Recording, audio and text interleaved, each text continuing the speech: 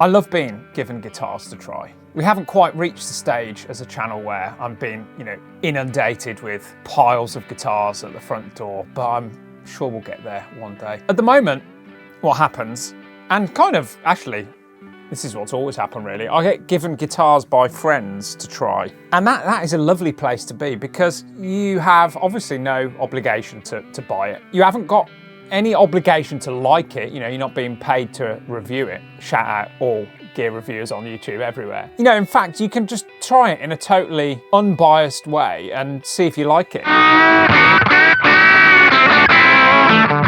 And that's what we're doing today. We are going to have a look, folks, at, just go and get it, the Reverend Charger.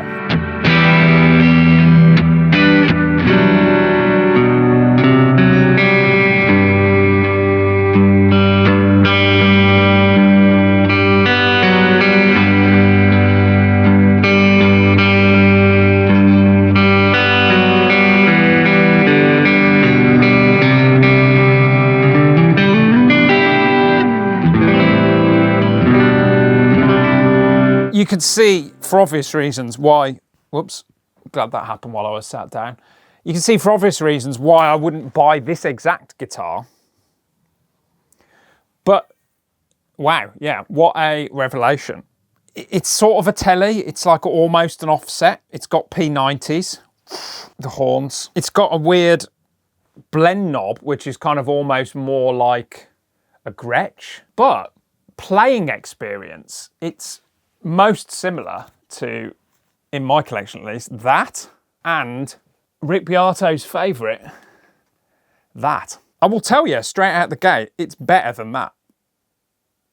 It sounds better than that in a kind of, in one way. I prefer, well, let's just get into it, shall we? Let's get a plectrum and actually hear it, shall we? So we're plugged into the usual rig down here. Last year was Ricky Gervais. This year is Ricky Gervais 2. We've got the Jangle Box compressor still on the board, which I'm loving. Crowd the Hotcake, Dr. Robert, carbon copy in the effects loop of that. Not using the Keeley today. The Keeley is always off. The amps that I'm using are a Twin and a JC120, and this is what it sounds like on the bridge pickup.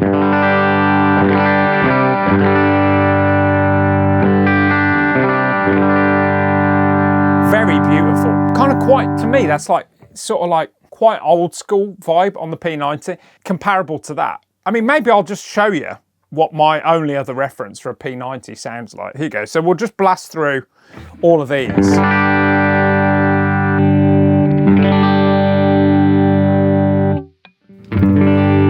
Very cool. Almost kind of jazzy, isn't it? That kind of...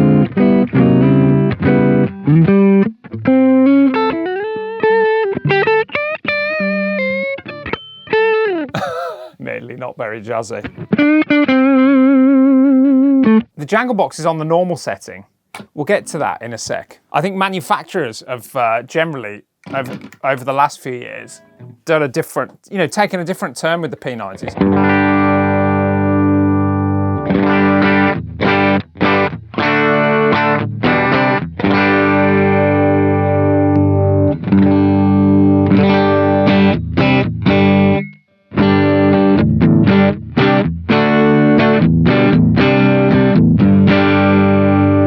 What I think is great about these P90s is, whilst they have kind of,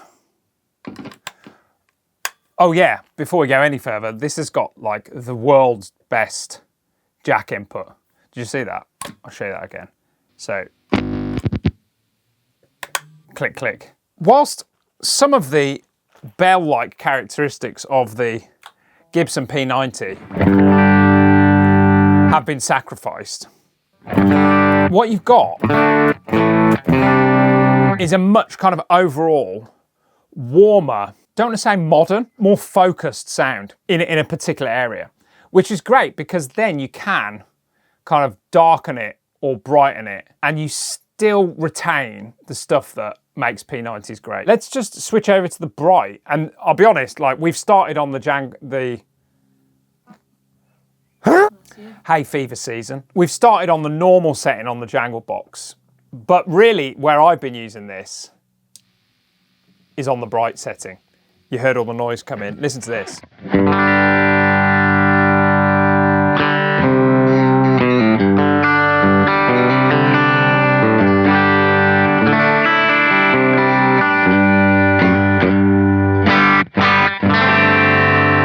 Does it jangle?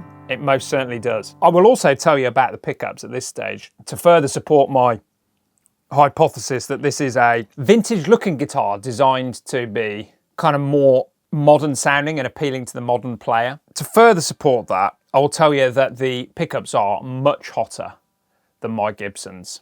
Much hotter, particularly like mid-range hot, which we'll get to, which will be important as we continue. So let's have some fun, shall we? Let's...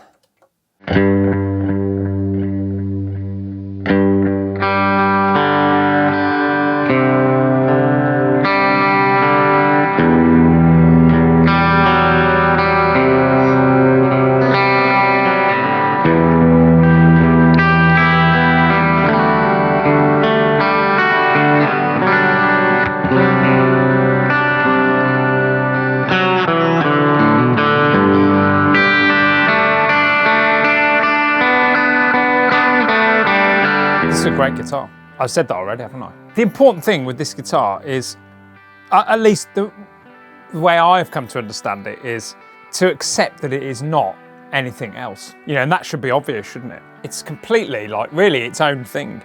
And that is always a wrestle for me, because it's like, I want to know what it is, if you know what I mean. Does that make sense? I guess that's my problem, really. I'm kind of, you know, I want to know, is it a Tele? Is it a Strat? Is it a Les Paul? It is none of those things.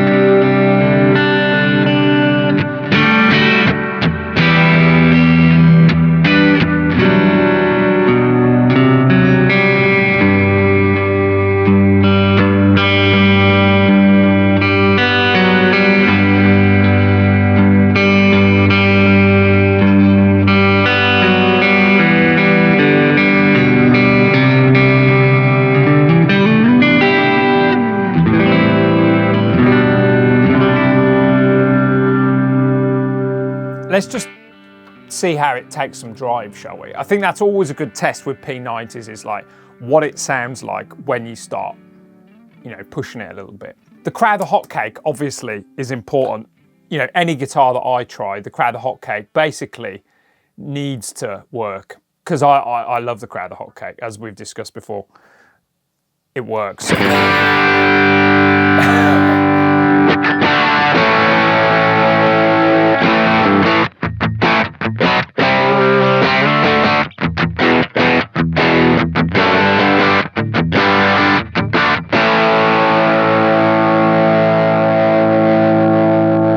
It likes to be smacked like a Les Paul.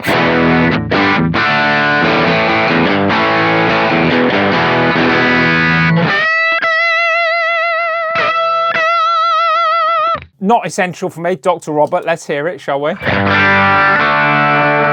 Now, that's so cool though, isn't it, man? It's like that Dr. Robert obviously is like simulating a Vox. So P90s into a Vox, you know, it should immediately sound kind of old, shouldn't it? It should take you somewhere, and it does, doesn't it?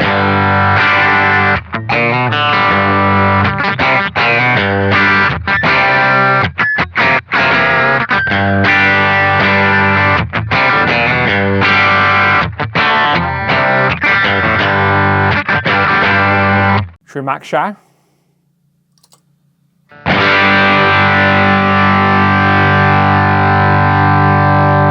That's good, isn't it?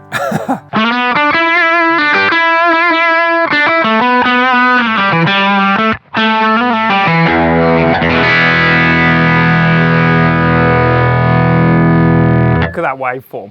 It's just a sausage.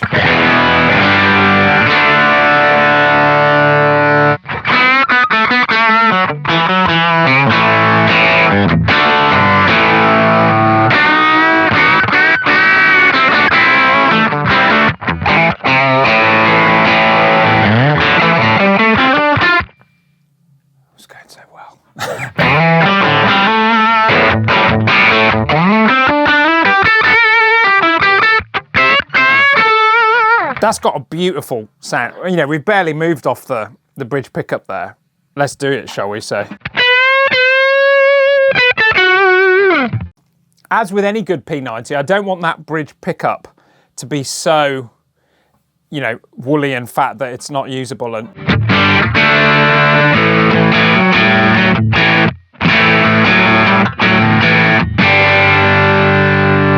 bell-like middle. I'm not entirely sure what that does. I think it, maybe someone will let me know in the comments. I think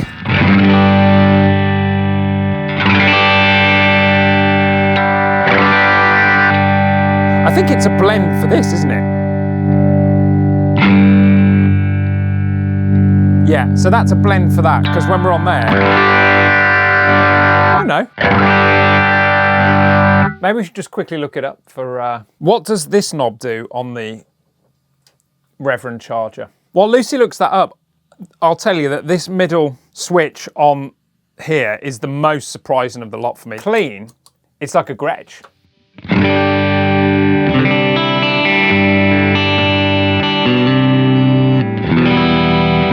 Gretsch-ish, you know?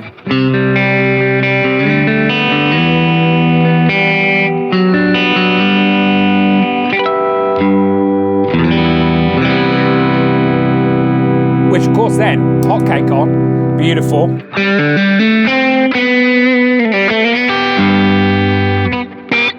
got any news on that?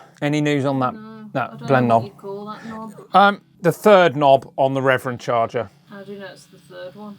Well, because 1, 2, 3. Wouldn't you call that one? No, that's number 3 for sure. The tone is cool. You know, I think it's something I've been looking at the last, you know, sort of since I got the Rickenbackers really. The tone knob. Very tasteful, you know, when you roll it back. There's no hotcake or anything on there.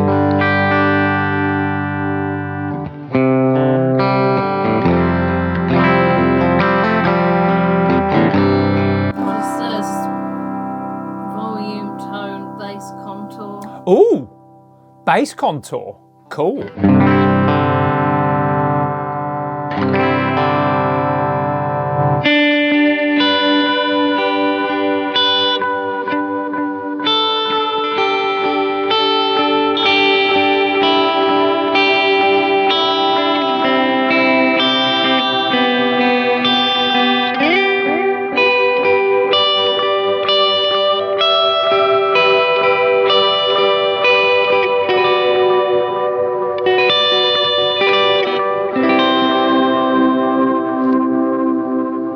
Peanuts here. It can mean only one thing. Just really well made. Oh, let's quickly, if you've made it this far in the video, you probably deserve to know it's got locking tuners, which I don't really understand. It's not a deal breaker for me. A very solid bit of hardware here. The internet's favourite, I believe, roasted maple neck. It's a fantastic guitar. Of course, we've got one more question that we need this thing to answer. And as I turn on the veritable smorgasbord of distortion and overdrive in front of me and turn off the modulation and reverb and delay, etc., we need to ask one final question. Do you want to ask the question today, Lucy? Can it, Kenneth?